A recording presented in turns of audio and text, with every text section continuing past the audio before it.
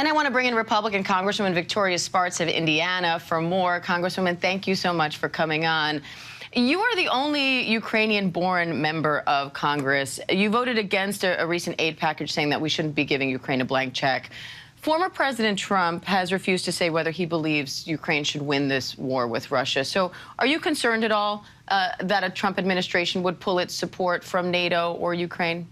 Well, we need to look at the record, and I was very concerned how Biden administration, how a weak war after they have the invasion happen. Before the invasion happened, and given blank checks and having slush funds where a lot of things that we don't even know where they're going, it's a huge problem, and not have a strategy. If you remember, Soviet Union was taken down not by weapons, by economic policy, by sanctions, and we still didn't put any sanctions on Russian oil and not increase in production and have a good energy policy. President Trump, on contrary, was very tough on Russia. I would argue, since President Reagan, he was the toughest in actions. So what matters for Putin is actions, not talks. You know, a lot of Democrats do grandiose talk, but actions are very weak. They slow walk the aid, little incursion. You know, they're afraid of Putin, and that's why he get involved. And now we have to destabilize not just Europe, but Middle East, and a lot of things happen in Asia.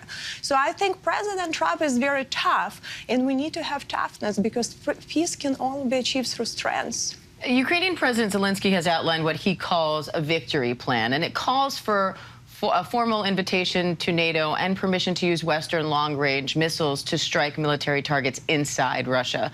What are your thoughts on that? And overall, how do you think the next administration should handle the war in Ukraine? Well, listen, we need to take a look at how we can have a security framework that we don't have wars like right now we have. You know, the security framework we created was after World War II for the Cold War situation. Now we have a situation, you know, where if you have one child, killed in Romania, you will have the whole, might of NATO coming, to protect, but you can have millions killed in other, countries, and nothing is going to happen. And not just Ukraine, it's around the world. So we have to do that. NATO is not in the table in discussions right now. It should have been earlier, and discussions should have been held in early 2000s. And unfortunately, President Bush didn't do much when, Putin was actually weak, and President Obama did nothing, where Putin actually entered Crimea.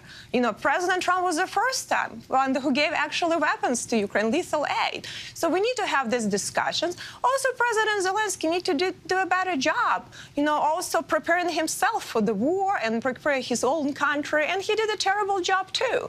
So everyone is really at fault. So we need to now have a discussion, a serious discussion, because we cannot have this never-ending wars. They cost a lot of money and a lot of lives, and have a strategy. And you have to have strong leaders. Whether you like him or not, President Trump has an ability to strike. He's very strong, very tough, but he also cares. Unfortunately, people didn't see his personal side. He really cares. He wants our country to be strong. He wants for all Americans to succeed. And he wants us not to have wars, and people respect United States. Not right now, where we do a lot of grandiose statements, and China is advancing around the world, Iran is advancing, we lifted sanctions, and Russia is advancing.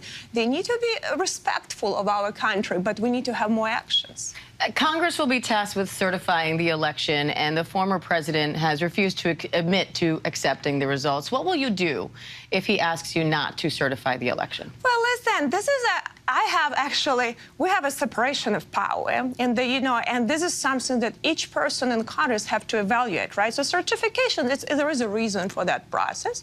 And looking, even though how much I was upset what was happening on the ground, I had the tough elections in 2022, and I've seen what Democrats were doing, but when we had to certify election, I looked at, we didn't have a proper case based on my judgment. So I voted to certify the election, even though with a lot of reservations, I'll be honest with you. But I did it because we didn't have alternate slates. We had slates, whether we like it or not. Supreme Court didn't rule, on Pennsylvania, because it was very hard. That's why it's important to have these processes before the election and during the election. But it's also important for us to build trust of the American people in our our government. We're going to fall apart as a republic if our people do not trust, including Congress. We have 12% approval rating. That's pretty bad, where we are. So I think we need to make sure that people trust the results. And we couldn't even pass common sense legislation that only citizens should vote. We couldn't pass it through the Congress. So we have to think about it and have to be able to govern and have some policy. I hope we as a party have a chance and have this honor to represent the American people, and our party can show how we can govern. All right, Republican Representative Victoria Spartz of Indiana. Congressman, thank you for coming in. Thank you. Thank you for having me.